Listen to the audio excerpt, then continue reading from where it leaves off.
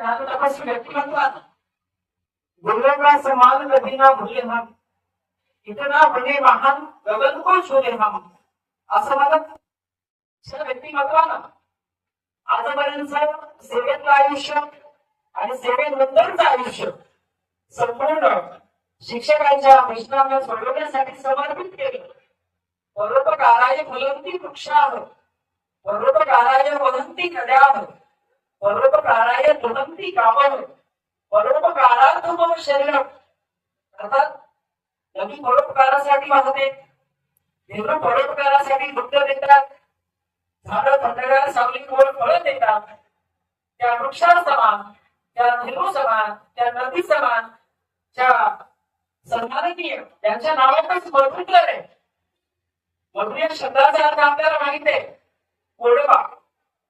ज्यांनी आयुष्यभर सेवेमध्ये असताना आणि सेवेच्या नंतर सेवानिवृत्ती नंतरही शिक्षकांच्या प्रश्नांसाठी दिवसभर कष्ट केले, आजही करतात. आम्हा सर्व प्राध्यापकांचे, शिक्षकांचे नेते, मार्गदर्शक सन्माननीय मधुकरराव शिवराळे सर, त्यांचे तिघाही बंधू, त्यांच्या तिघाही भगिनी, त्यांच्या लेकी, त्यांच्या पुतण्या, त्यांचे जावई आणि विचारांच्यावरचे सर्व मान्यवर, मी सर्वप्रथम मातोश्री चंद्रभागाबाई उन्हाळे यांच्या पवित्र पावन स्मृतीला विनम्र अभिवादन करतो, वंदन करतो. आणि आजच्या या व्याख्यानमालेचं प्रथम पुष्प गुंफण्याची संधी आपण सर्व उन्हाळे परिवाराने जी मला दिली त्याबद्दल धन्यवाद व्यक्त करून माझ्या मनोगताला मी प्रारंभ करतो. रामायणामध्ये जातीचा स्वीकार श्लोक आहे आणि त्या रामायणातला श्लोक म्हणजे जननी जन्म भविष्य स्वर्गगती करीस. जेव्हा प्रभू रामचंद्र वनवासाला निघाले आणि वनवासाला निघाल्याच्या नंतर त्यांना आत्मज्ञानाच्या माध्यमातून एक गोष्ट लक्षात आली आणि ती गोष्ट म्हणजे आपली जननी आणि जन्मभूमी या नेहमी स्वर्गापेक्षा श्रेष्ठ असतात. अनेक नामवंत कवींनी, अनेक नामवंत लेखकांनी या आईची महती अतिशय सुंदर पद्धतीने गायली. आपण अनेक कविता ऐकल्यात, आपण अनेक कवितेचं वाचन केलं. मराठी साहित्यामध्ये विरा राठोड नावाचा एक कवी आहे आणि विरा राठोड यांनी अतिशय सुंदर पद्धतीनं त्यांच्या गोरमाटी बोली भाषेमध्ये एक कविता लिहिली. सर एक मी जमीन पकडच, जमीन ती ओढून नातो तुमचं, तुम्ही ओढून लगाडचं जीव असू काही खर्च, पाणी पावस मुंगाला वरसाळू, आम्ही आंघोळू दुष्काळाची गरज, एक मी जमीन कर्ज, एकटी ओढ झाड करणं छोडच. याचा अर्थ असा होतो, जमिनीमध्ये एक पीक पडतं, त्या बीजाला ती माती जीव लावते. ऊन असो, वादळ असो, पाऊस असो की वारा असो, या सगळ्यांचा मारा सहन करते आणि त्या बीजाचा अंकुर होतो. अंकुराचं रोप तयार होतं, रोपाचा वटवृक्ष तयार होतो आणि ती माती त्या बीजाचं रूपांतर वटवृक्षात केल्याशिवाय थांबत नाही. या पद्धतीनं आपल्या सगळ्यांच्या जीवनामध्ये आईचं स्थान अत्यंत महत्वाचं आहे. या जगामध्ये अनेक धर्म आहेत, या धर्मामध्ये अनेक पंथ आहेत. या सर्व धर्मीयांनी, सर्व बांधियांनी आईची सुंदर महती गायली आहे. आपण पाहत असताना मराठी वीरशैव साहित्यामध्ये अतिशय सुंदर पद्धतीने लिहिले. ऋतू देते बळी आले, तैसे फळ प्राप्त झाले, कडवट आणि मधुर तिच्या सारथी अंकुर, लाविताहू इक्षु दंड, कैसा उगवेल एरंड. आज खऱ्या अर्थानं मातोश्रीच्या त्या प्रतिमेकडे पाहिल्याच्या नंतर ती तेजस्विताची वाटते. सरांनी सांगितलं की आई या आमच्या शालेय जीवनातल्या किंवा आमच्या पहिली दुसरीच्या वर्गात शिकली नाही. तर मी तुम्हाला सांगतो, पहिली दुसरीचं किंवा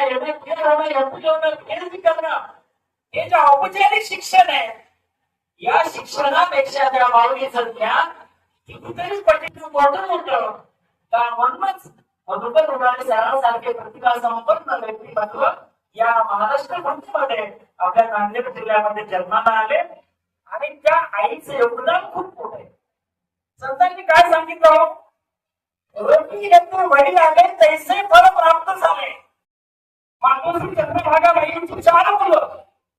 उडाळे सरांनी आता सांगितलं की अतिशय सुंदर पद्धतीनं विविध क्षेत्रामध्ये वैभव संपन्न कार्य करत आहे. ही फलश्रुती मधुकर उडाळे सरांची नाहीये किंवा त्यांच्या भावंडांची की बहिणींची नाहीये, त्या मातेच्या योगदानाची आहे. ज्या माऊलीने घडवलं, हाडाची म्हणजे रक्ताचं पाणी केलं, संस्कार केले, म्हणून या ठिकाणी आम्ही घडलो.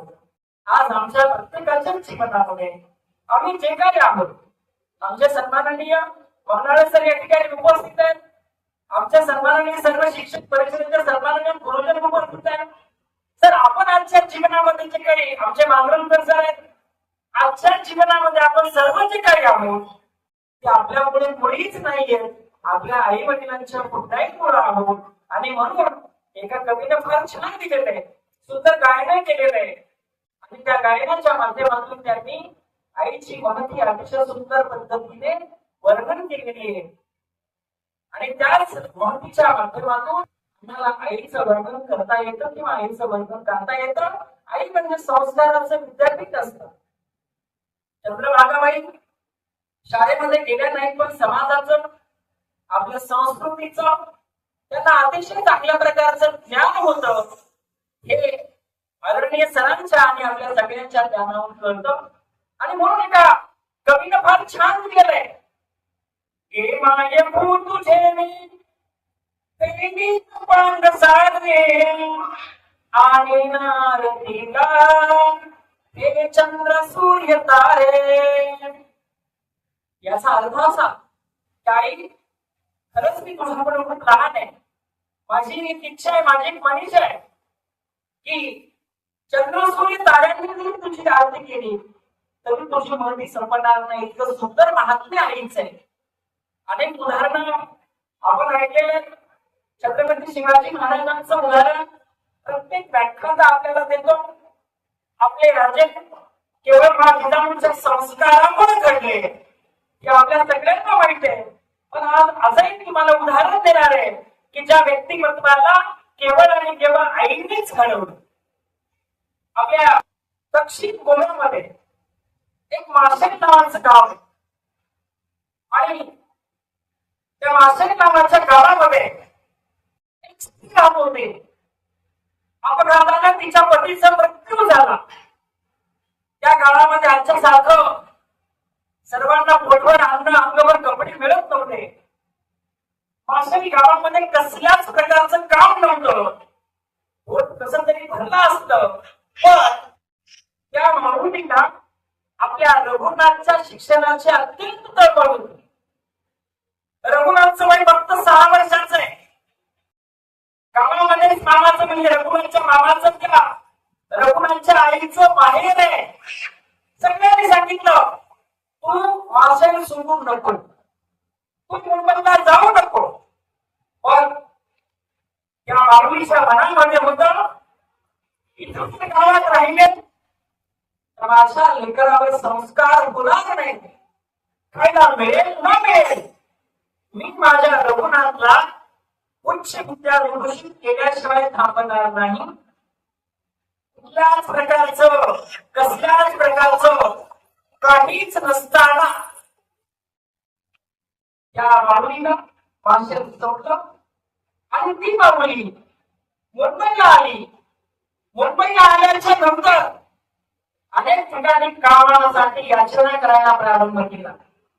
2 दिवस मुंबईच्या सीएसटी छत्रपती शिवाजी महाराज या ठिकाणी तशाच अवस्थेमध्ये राहिली. ओळखीच्या पार्टीनं टिकून मुंबईच्या काँग्रेस एका कार्यालयात झाडझूड करण्याचं काम त्या माऊलीला मिळालं. तिथं राहण्याची सोय मिळाली आणि त्या माऊलीनं आपल्या मुलाला शिकवलं. डॉक्टर रघुनाथ माशेलकर एक शास्त्रज्ञ आहेत. डॉक्टर रघुनाथ माशेलकरांनी त्यांच्या आत्मकथनामध्ये लिहिले त्या कालखंडामध्ये केवळ 14 रुपये फीस भरण्यासाठी विनोदी म्हणून मला चांगल्या शाळेमध्ये प्रवेश मिळाला नाही. आई लोकांकडे भांडे घासायची, आई लोकांची धुणी धुवायची.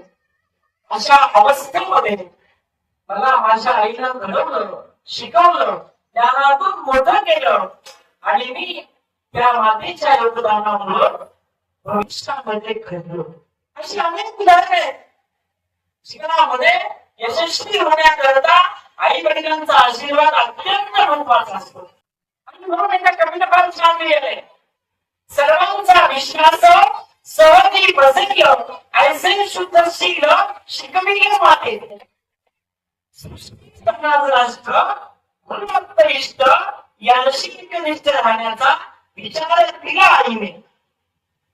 आई बाप अधिकारी खरे हा विचार दिला माझ्या माऊलीने. अनेक संतांची उदाहरणे आहेत, अनेक कवी लेखकांची उदाहरणे आहेत.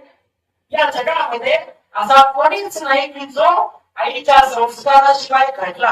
आणि म्हणून आम्हाला आजच्या युगामध्ये अतिशय सुंदर पद्धतीनं आईचं स्मरण करायचंय. मला माहित नाही मी किती मोठा आहे वगैरे वगैरे, पण मला एक अतिशय आनंदाची गोष्ट वाटली की सरांनी मातोश्रीच्या समाधी स्थळाच्या पूजनानंतर अशा प्रकारच्या उपक्रमाची सुरुवात केलेली आहे. ती करताना आईची सेवा आहे, आईची स्मृती आहे, ही सुरुवात आहे. मला माहित आहे मधुकर मुलानी सरांचं कार्य इतकं मोठं आहे, त्यांना माहित आहे. या व्याख्यानमालेची सुरुवात माझ्या जन्मभूमीपासून झालेली आहे.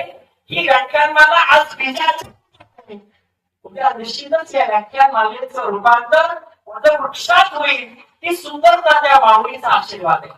आणि म्हणून एका कवीनं फार छान दिलंय, आणि तुझ्या मूर्ती माने या जगात मूर्ती नाही, अनमोल जन्म दिला ग आई तुझं उपकार भेटणार नाही.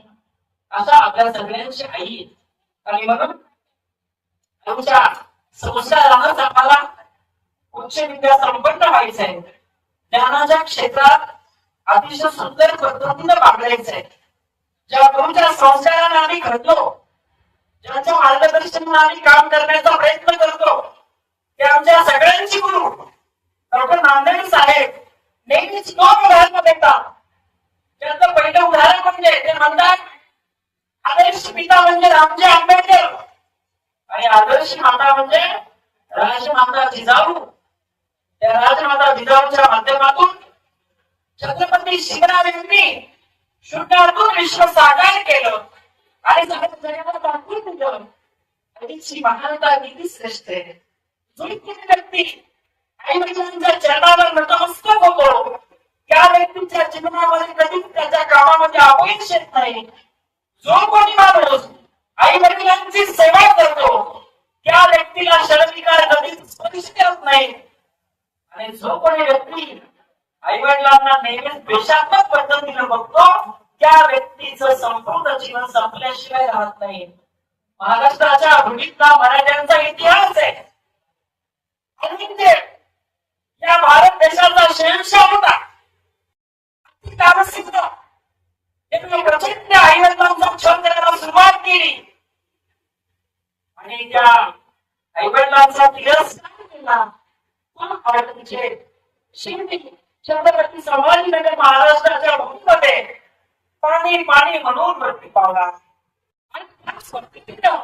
आमच्या रामायणामध्ये कथा आहे, शावकबा अंध आई बाबा आहेत. त्या अंध आई बाबाची इच्छा होती काशीचं दर्शन झालं पाहिजे. त्या पद्धतीने एका पारड्यामध्ये आईला एका पारड्यामध्ये वडिलांना बसवलं, निघाला. त्या गावाचा इतिहास तुम्हाला सगळ्यांना माहित आहे. पण त्यातलं एक तात्पर्य आहे की आई वडिलांची प्रामाणिकपणे सेवा करणारी व्यक्ती अतिशय सुंदर पद्धतीनं काम करत असतात. वारकरी संप्रदायामध्ये एक उदाहरण आहे. एक गाणं आहे सुप्रसिद्ध कवीचं, करवाची सेवा आता पुंडलिकाला विसरू नको रे भल्या माणसा तुझा तो आई बापान आई बापान आई बापान करवाची सेवा आता पुंडलिकाला विसरू नको रे भल्या माणसा तुझा तो आई बापान आगांची काळ करून सांभाळले त्यांनी तुला अनमोल जन्म हा तुला असा रे तो दिला करमाय पित्याची सेवा अनमोल पुंडलिकाला विसरू नको रे भल्या माणसा तुझा तो आई बापाला. शिकवणी माणसं खऱ्या अर्थानं आई वडिलांची सेवा करतात, आई वडिलांच्या चरणावर नतमस्तक होतात. त्या माणसाच्या जीवनामध्ये कधीच कोणत्या गोष्टीची कमी पडत नाही. आणि काही माणसं आई वडिलांचा द्वेष करतात, संपत्तीसाठी सत्तेसाठी आई वडिलांना घरातून हुकलून देतात. त्या माणसांच्या वर्तमानामध्ये भले सुखाचे दिवस येतील पण त्यांचं भविष्य अंधकारमय असतं याचा इतिहास साक्षी आहे. आणि म्हणून आमच्या कैलासवासी चंद्रभागाबाईंनी अतिशय तन्मयतेनं सरांना आणि सरांच्या भावंडांना घडवी केले, संस्कार केलेले, चंदना समती बाहुली झुंजलेली आहे. आणि म्हणून संतांनी सुद्धा लिहिले काय हे संतांनी ज्या घरामध्ये ज्या परिवारामध्ये जी लेकरं संस्कारक्षम पद्धतीनं जन्माला येतात त्या लेकरांच्या यशस्वीतेमध्ये नक्कीच त्या माता पित्याचा खूप मोठा सहभाग असतो. आणि म्हणून पुढील कन्या पुत्र होतीचे सात्विक तयाचा हारिक वाटे देवा. कुळामध्ये ज्या माता पित्याच्या पोटी मधुकर होणारे सरांसारखे वैभव संपन्नता प्राप्त करणारे समाजसेवेची आपल्या शिक्षक बांधवांची काळजी करणारे लोक जन्माला येतात तेव्हा ती पुण्याई मातेची, ती पुण्याई त्यांच्या पित्याची आहे. आणि म्हणून आजच्या व्याख्यानमालेचा विषय काही काय असते आणि खऱ्या अर्थानं बाबू शिंदे सरांच्या शब्दात सांगायचं तर आई एक नाव असतं, घरातल्या घरात गजबजलेलं गाव असतं, ती सरतही नाही आणि उरतही नाही. आईचं योगदान एवढं मोठं असतं. अनेक पुराणामध्ये कथा आहे जरी तिच्या लेकरानं काहीतरी चुकीचं केलं तरी आई त्या लेकराला माफ करणार एक न्यायालय असतं, ज्या न्यायालयाची शिक्षा आपल्या लेकराला कधीच नसते. अशा प्रकारच्या आपल्या सगळ्यांच्या जीवनामध्ये आई असते. आणि कवीने सांगितलं आणि त्या काव्याच्या माध्यमातून त्यांनी सुंदरता निर्माण केली आणि त्यांनी आपल्या आईचं विश्व सुंदर पद्धतीनं लिहून ठेवलं. एका कवीनं मधमाशीची उपमा आईला दिलेली आहे. उठून सकाळी ती मधमाशी जाती ती मधमाशी ठेवणे ठेवणे साधनी त्याशी उद्योगी होती. तशा प्रकारे ज्ञानवत दिले माझ्या देहाचे कल्याण केले मला मानवते घडवले ते माझ्या आई. म्हणून आजच्या विज्ञान तंत्रज्ञानाच्या लोकांमध्ये किती काही होऊ द्या, किती बदल होऊ द्या, पण आईचं प्रेम हे कधीच संपणार नाही. काल 2-3 दिवसापूर्वी मागच्या आठवड्यामध्ये सर व्हॉट्सअप मध्ये चित्र सावंती फिरतंय. अनेक जणांच्या स्टेटसला ते पाहिल्यानंतर रडून उभे आहे. नाव उलटली, नावेचा अपघात झाला. त्या माऊलीला बाळाची काळजी वाटली. तिनं त्या बाळाला घट्ट पकडलेले, तिला नाही सुटलं बाळाला. तिनं असं कधी विचारच सुद्धा नाही येत गेलं माझं बाळ पण मुली वाचली पाहिजे. त्या माऊलीनं त्या बाळाला घट्ट पकडून ठेवलेले. माझा प्राण गेला तरी व्यक्त पण माझं बाळ वाचलं पाहिजे. ही भावना आईची असते. आणि म्हणून आताच अतिशय सुंदर पद्धतीने संचलन करणाऱ्या आमच्या सरांनी सांगितलं म्हणजे आत्मा आणि ही म्हणजे ईश्वर याचा सुबंध संगीत म्हणजे आई असते. आणि म्हणून एका कवीने लिहिलंय प्रेम स्वरूप आई वात्सल्य सिंधू आई. या कवीच्या ओळी आता होणाऱ्या सणासाठी सार्थ आपले लाभले लागतात. प्रेम स्वरूप आई वात्सल्य सिंधू आई शोधू तुला कुठे मी आजपर्यंत म्हणून पाहिली. आई खरंच मी या कार्यक्रमाविषयी जेव्हा गोठाळे सरांशी सरळ होणाऱ्या सरांसोबत चर्चा झाल्यानंतर बोललो तेव्हा मला गोठाळे सरांनी सांगितलं सर मधुकर होणाऱ्या सरांचा आईवर एवढा जीव होता किंवा त्यांच्या 3 भावांचा आणि 3 बहिणींचा एवढं प्रेम होतं त्या भाऊंना सुद्धा या 3 लेकरांना 3 मुलींना आणि 4 मुलांना जीवापाड जपलं आणि शून्यातून विश्व निर्माण करण्याचे धडे दिले. खरंच चंद्रभागा बाईची फार मोठी पुण्य दिली, फार मोठं योगदान आहे. आणि म्हणून आपल्याला आजच्या व्याख्यानमालेच्या माध्यमातून आईची महती जपायची